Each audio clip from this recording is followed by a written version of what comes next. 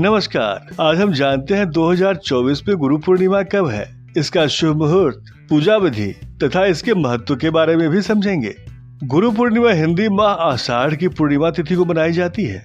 इस दिन गुरु या शिक्षक की पूजा की जाती है। सामान्य शब्दों में गुरु वह व्यक्ति है जो हमें ज्ञान का प्रकाश देकर अंधकार से प्रकाश की ओर ले जाता है। यह त्योहार पूरे देश में पूरी आस्था और भावनाओं के साथ मनाया जाता है। अब जानते हैं गुरु पूर्णिमा का शुभ मुहूर्त। गुरु पूजा या व्यास पूजा के लिए पूर्णिमा तिथि सूर्योदय के बाद 3 मुहूर्तों तक प्रबल होनी चाहिए। यदि पूर्णिमा सूर्योदय के बाद 3 मुहूर्तों से कम है तो उत्सव पिछले 3 दिन मनाया जाएगा। पूर्णिमा तिथि का प्रारंभ है 20 जुलाई 2024 को सायं 6:01 से। पूर्णिमा तिथि की समाप्ति है 21 जुलाई 2024 को 3:48 पर। अब जानते हैं इसकी पूजा विधि। इस दिन सुबह जल्दी उठकर स्नान, पूजा आदि दैनिक कार्य करें और सुनिश्चित करें कि आप अच्छे कपड़े पहने।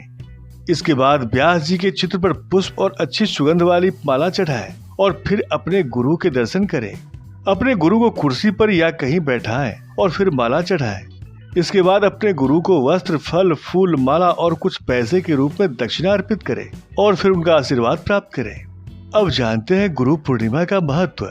प्राचीन काल का एक प्रख्यात व्यक्तित्व, ब्रह्मसूत्र, महाभारत, श्रीमद् भागवत और 18 पुराण जैसे अविश्वसनीय ग्रंथों के लेखक, मान्यताओं के अनुसार महर्षि वेद व्यास का जन्म आषाढ़ पूर्णिमा को हुआ था।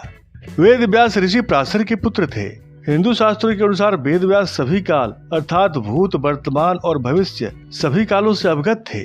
उन्होंने अपनी दिव्य दृष्टि से देख लिया था कि भविष्य में लोगों की धर्म के प्रति रुचि कम हो जाएगी, जिसके कारण मनुष्य ईश्वर पर कम विश्वास करेंगे, जिम्मेदारियों से बचेंगे और आयु भी कम होगी। ऐसा व्यक्ति संपूर्ण वेद आसानी से नहीं पढ़ सकता।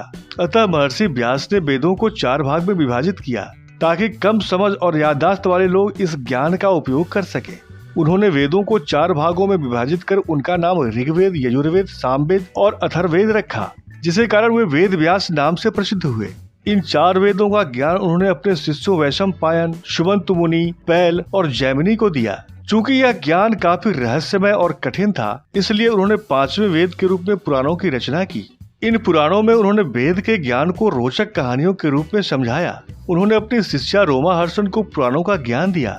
व्यास जी के छात्रों ने अपने ज्ञान के अनुसार इन वेदों को आगे कई शाखाओं और उपशाखाओं में विभाजित किया। महर्षि व्यास हमारे प्राचीन गुरु माने जाते हैं। गुरु पूर्णिमा का यह प्रसिद्ध त्योहार व्यास जी के जन्मदिन के रूप में मनाया जाता है, इसलिए इस दिन को हम व्यास पूर्णिमा के नाम से भी जानते हैं।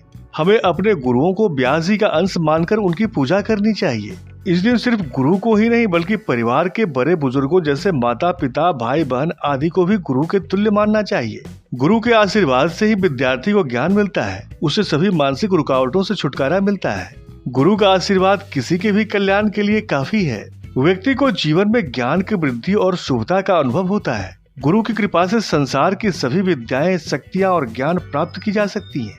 गुरु से मंत्र प्राप्त करने के लिए भी यह दिन शुभ माना गया है। इस दिन गुरुओं की सेवा करने का विशेष महत्व है। इस त्योहार को सच्चे मन और आस्था के साथ मनाएं। हम आशा करते हैं कि यह छोटी सी जानकारी आपके जीवन को और भी अधिक आनंदमय बनाने में सहायक होगी।